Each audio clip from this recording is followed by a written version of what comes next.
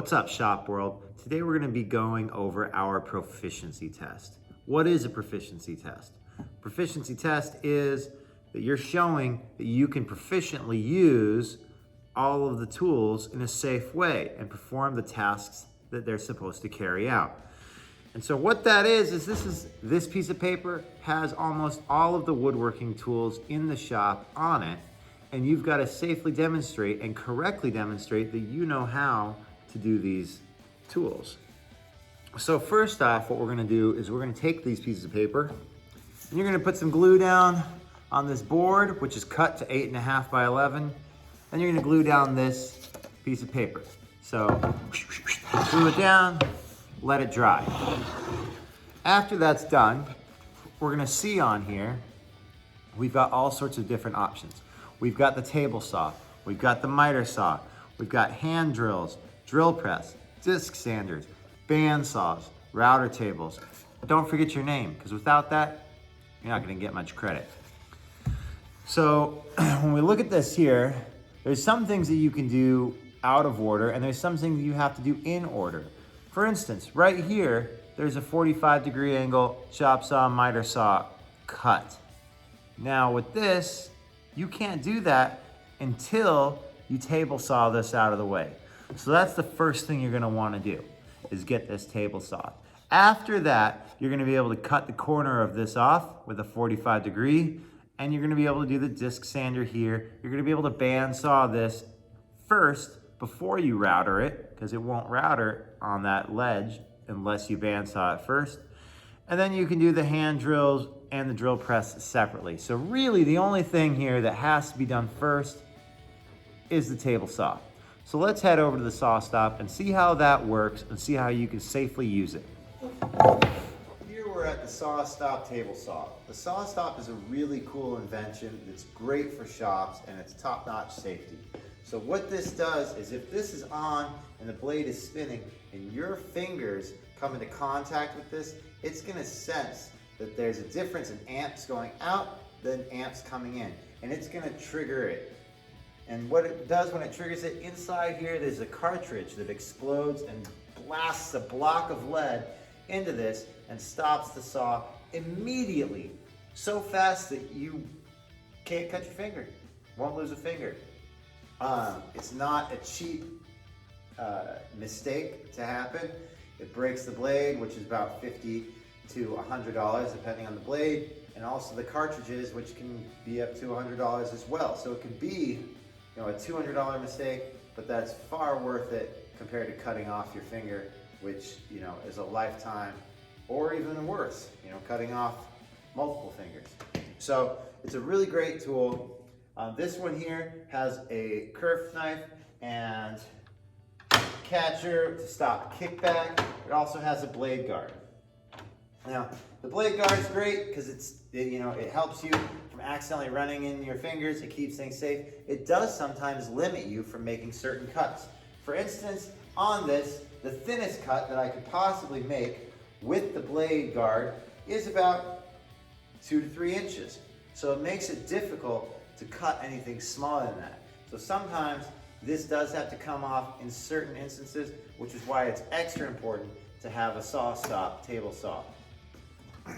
Now anything that does get cut that's under 3 inches is cut with a push stick, because you don't want your fingers getting that close to the blade, and it makes it a little bit difficult. This helps to raise it, and you can catch your material and you can push it through, no problem.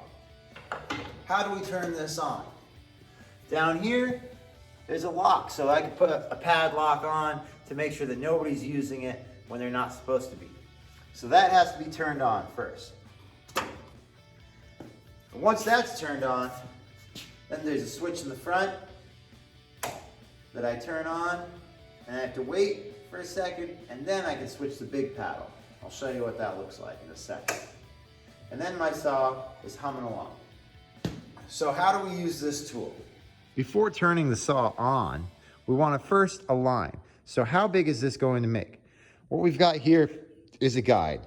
So today we're going to be cutting a 2-inch strip. So what we can do is we can locate the 2-inch, which is right there, and we're going to slide this dial along until we get right at 2 inches. All right, so that's 2 inches. I'm gonna grab the lever, lock it down. I can also adjust the height of the saw. So by going here, what I'm doing, and you can't see, there we go. Now I'm twisting it, and you can see the height of the blade is going up or down, clockwise and counterclockwise. So once I have the desired height, what I'm gonna do then is I'm gonna come here, flip the on switch, wait for it to stop blinking. We're good, pull this out, and our saw is on. So the line on our cut here is 1 7/8 inches from the edge of the wood here. So I have to adjust my saw to 1 7/8 inches. You could tell that when this offense is down, there's not enough space for me to fit my fingers. But I'll be able to slide my push stick comfortably through. I've got the table saw fence set up, and now I need to adjust my blade height. So this crank on the front, I crank it so that just the teeth are sticking up, barely 1/8 to 1/4 of an inch above my material that I'm gonna cut. After that, bring the blade guard back down, click it into place, and I can start cutting.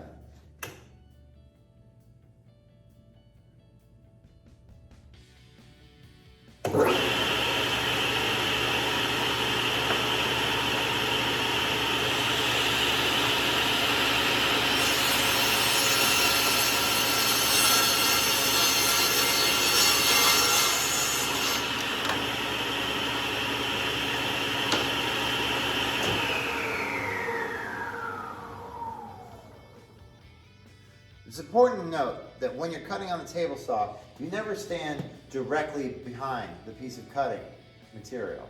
Because what happens is sometimes if something pinches or snags, this thing's going really fast and it's going to pitch it right back into you. So for that, we like to stand a little bit to the side and push forward. Make sure that you follow through all the way to get past the anti-kickback protection and the kerf guard and the blade. That's a table saw. Easy, no problem. Next on the list, we've got a chop saw. This one here doesn't slide, but you can change the direction of the tilt this way as well as this way. So it's a compound miter saw, but it doesn't slide. So what we're gonna be doing with this is we're gonna be cutting a 45-degree angle. A lot of us are used to just doing straight chops. But how do you do a 45-degree angle? Well, first we're gonna see which side we're gonna cut. And for us, it's gonna be this way. Now, which one looks safer? If I have this, I need to adjust, there's a trigger underneath. I can lift this up, and then I should be able to slide this, and there's a dial. I can slide all the way to 45. Now I can hold my hand here, and I can slide it this way, or I can go the other way. So let's change the camera angle and see which one you think is safer. So here we go. We're gonna see. If I lift this up, and I can change it, shift it over here to 45. I've got my hand, which can sit over here, and I can chop down to a 45. Or, if I have it going the other way to a 45, how am I gonna get my hand here? Oh, do I have to go like this? That doesn't seem really great. So when I'm cutting, I wanna make sure that I wanna have the most material against the fence as possible. And you might even see, there's little things that go right here and right here. Don't put your hands in here, because if I'm cutting at a 45-degree angle, I really risk cutting my arm off. You can see it goes right over it. You don't even wanna mess around like that. So it's best to try and cut with it facing away from you, giving your fingers the most amount of room as possible. So I'm gonna line up right here on my 45-degree angle, hold it over here, pull the trigger, and go straight down. It's always good to leave the saw down until it stops spinning, and then pull it back up. Why do we do that? Because sometimes this little extra piece that as you're bringing it back up hits the blade, because the teeth of the blade are actually just a touch wider than the saw itself. And if it nicks that, it can shoot it out backwards. Not super safe. But overall, this is a great tool. Great for making good angled cuts. There we go. Chop saw at 45. Let's go over to the bandsaw next. So here we've got our brand new Delta 14-inch bandsaw. It's called a 14-inch bandsaw because if you open it up and you look inside, the wheel inside is 14 inches in diameter. So I'm going to close that on up. How do we use this? There's a couple ways here. So we want to make sure the surface is flat. And for beginning pieces, it's best to use something that's smaller than the surface itself. So our purpose here for safety is definitely small in this. If you're cutting something that's too big for the bandsaw, it could be a little bit rocky and it's really tricky to do. It's kind of an advanced thing. But we're not going to cover that today. We're going to do something basic here. We're going to try and cut out this squiggly line. Bandsaws are great for cuts that aren't straight. The table saw can only cut straight. The chop saw can only cut straight. The bandsaw is for getting those nice smooth curves. So how do we do this here? First thing, we're going to set it up. If you can see here, my material is about 3/4 of an inch thick. And here we've got about 3 inches of clearance. So we only want the clearance between this, the bottom of the blade, safety guard, and the material to be 1 finger heights. So what I do is I put my material behind it, put my fingers on top of it, and I loosen this one up. So I loosen it up, and I can lower my blade guard till my back of my finger is touching my material, and the front of my finger is touching the blade guard. That leaves minimal space for my fingers to run into the blade. So when fingers run into the bandsaw blades, they get cut up.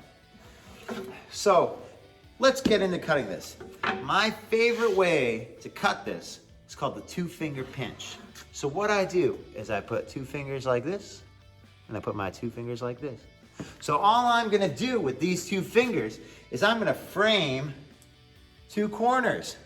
And then I'm gonna just kind of move it through. And if the material is small enough to fit on this table, the table's gonna support it for me so that I don't have to hold it while it does this. And if I ever freak out and my material's small, if it's freak out, I just let go. Just let go. So if I'm cutting here,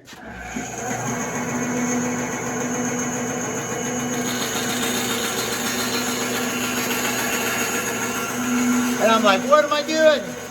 Oh, I just let go. Turn off the machine. No problem.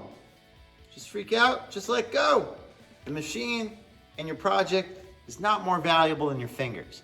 So, if you freak out, if something's not going right, just let go.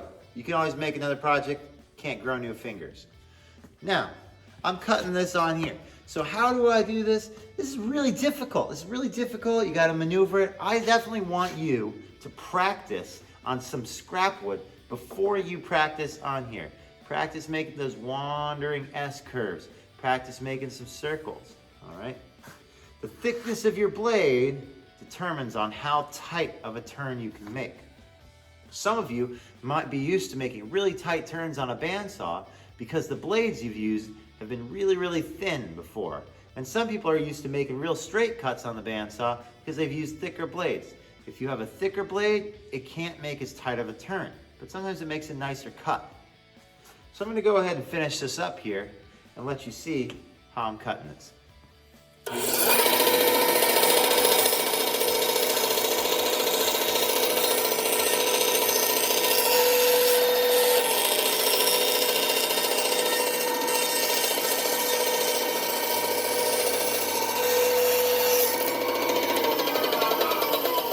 One thing you'll notice, that while I'm pushing my project in here, I'm never crossing my arm in front of the blade. I'm never letting my hands cross, because when you do that, you might accidentally slip a hand into here. So we just always push, 2-finger pinch, and work our way around. So there's my bandsaw cut. Pretty good, right on the line. I've got that separated. Let's head over to the router table now. All right, here's the router table. So in the router table, You change the router bit to do whatever curve shape you want. It can do 45s, it can do really ornate things, it can do all sorts of shapes. There's so many router bits out there. This router bit that we've got on here today has a bearing on the top.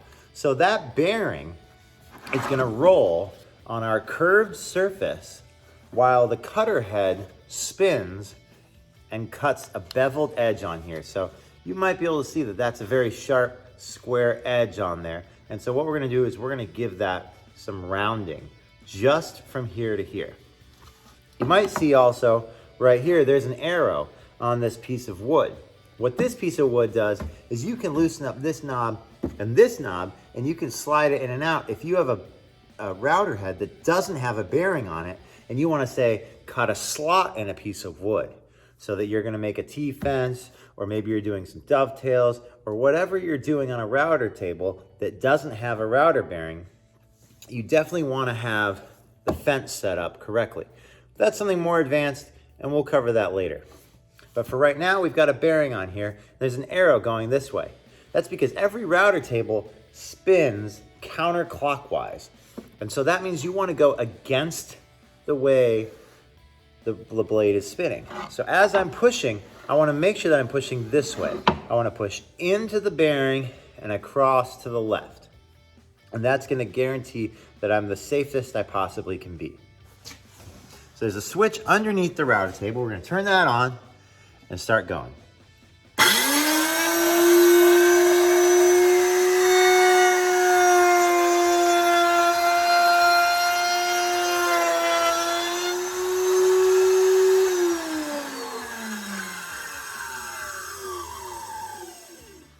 So you can see here, I've taken that squared edge and I put a rounded edge on these.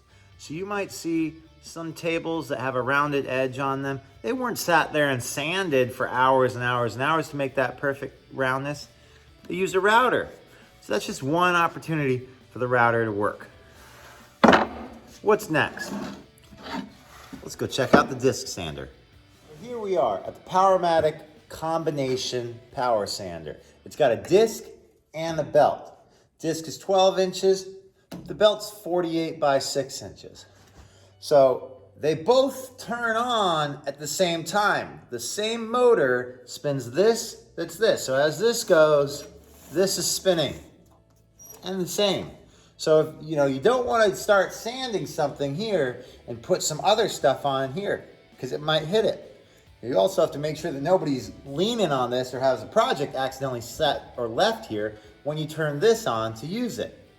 So just be mindful in the shop. What we're gonna be doing is we're gonna be just rounding this. It's always best to cut as much off on the bandsaw as possible, but sometimes we don't always make perfect cuts on the bandsaw. So I'm gonna head over to the bandsaw and make a sloppy cut on this rounded corner. So here we are. Check it out. Oh, that's a bad cut. If I had done a better cut on the bandsaw, I would have to do barely any sanding. And it's important to consider because a sanding disc could be anywhere from $6 to $10 for a sanding disc. And if you're just sanding through everything, instead of using your other tools, you're gonna burn through cash. And sometimes money going into the shop is money that's not going into your product that could be making it better. Or it's money coming out of your pocket. So really try and do as much with the cutters before you come over to the sanders. So what we're gonna do here is we're gonna clean this up. You may notice there's some caution tape here. That's because on this side, the sander's going up. And if we hit this when the sander's going up, if I'm spinning along and I go into this, see that? It lifts my project up. It's gonna throw my project, up into my face. It's also gonna throw sawdust everywhere into my face. This is hooked up to the vacuum system, so when it's spinning and the vacuum's on, it's gonna suck out most of the dust, so it's not spitting it back into your face. We only wanna sand in this area right here.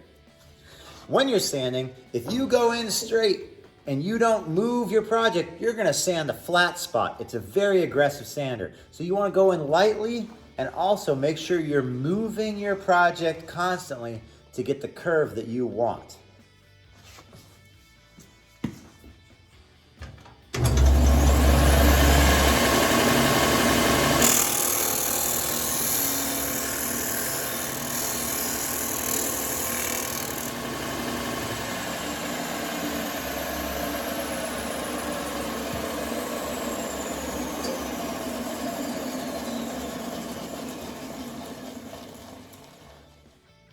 So there we have it.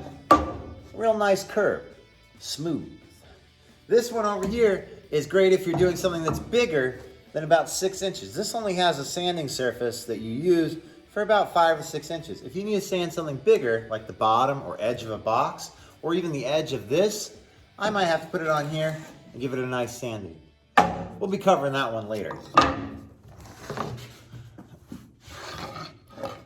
So on to our last two things. Drilling holes.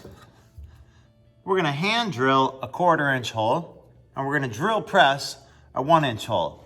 Let's go over the hand drill first. What's great about a hand drill? It's quick, it's easy, you can change the bits really fast, and I can drill holes. You know, I can also move it wherever I want to. If I gotta go drill holes over there, over there, over there, no problem. Easy. So let's talk about the cons of the drill press. It is not perfectly straight up and down. So the hard thing is holding this right here on my table and making sure I'm perfectly straight up and down this way, perfectly straight up and down this way.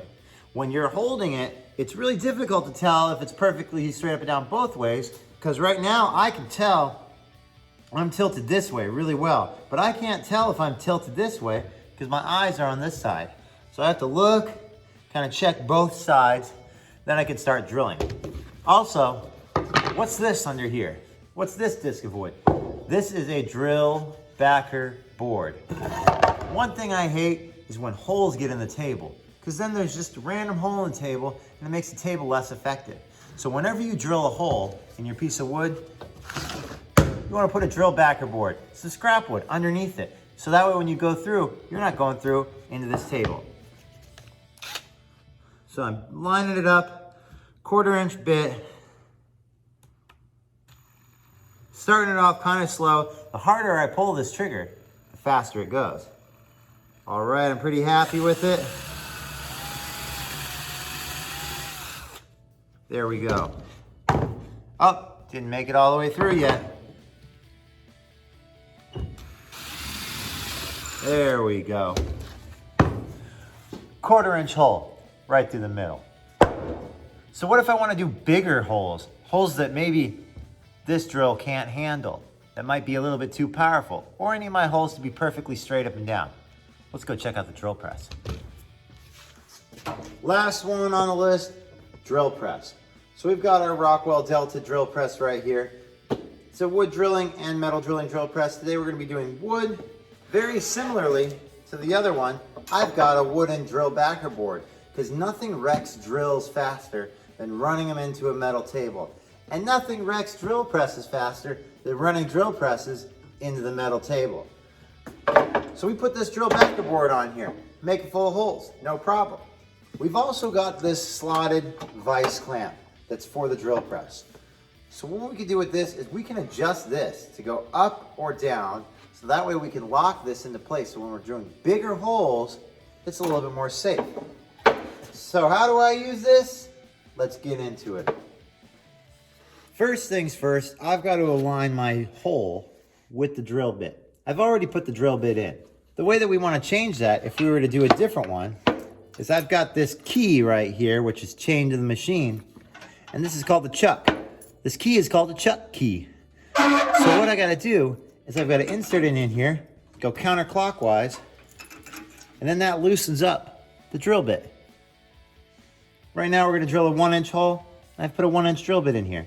We've got a case that's got a lot of drill bits in it, and we can go however big we want, up to about 2.5 inches. So I put this key in here, put the drill bit in the chuck, and I start tightening this down clockwise. You'll see the holes, and I can rotate it. It's always good to tighten it up on more than just one spot on the chuck. After that, I put that in the back out of the way. Now, if I start to lower this down, I'm going to try and put the tip of my drill bit right on the center of my hole. All right, now that that's in place, I'm going to tighten this down. So if I have this really loose, I tighten it down, it's not holding anything. It can still move around. So what I've got to do is loosen this up, adjust the vise clamp, And then when I give it a squeeze, there we go. It's locked in now. Make it a little tighter. There we go, locked in. I'm gonna have my hand right here also for just a little bit of extra oomph. Press the start button.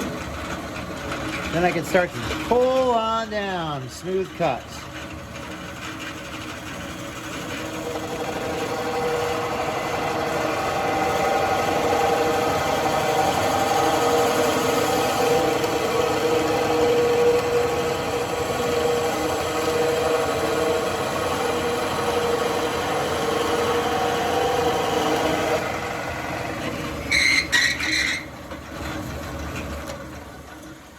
You'll feel the difference in consistency when you go through this wood and go into the plywood. It's very subtle, but it lets you know that you're through your project. After that, don't just dump this in the floor. Scoop this up carefully, carry it over the trash can so you have less cleanup later. That's it. That's your Shop Proficiency Industrial Arts project.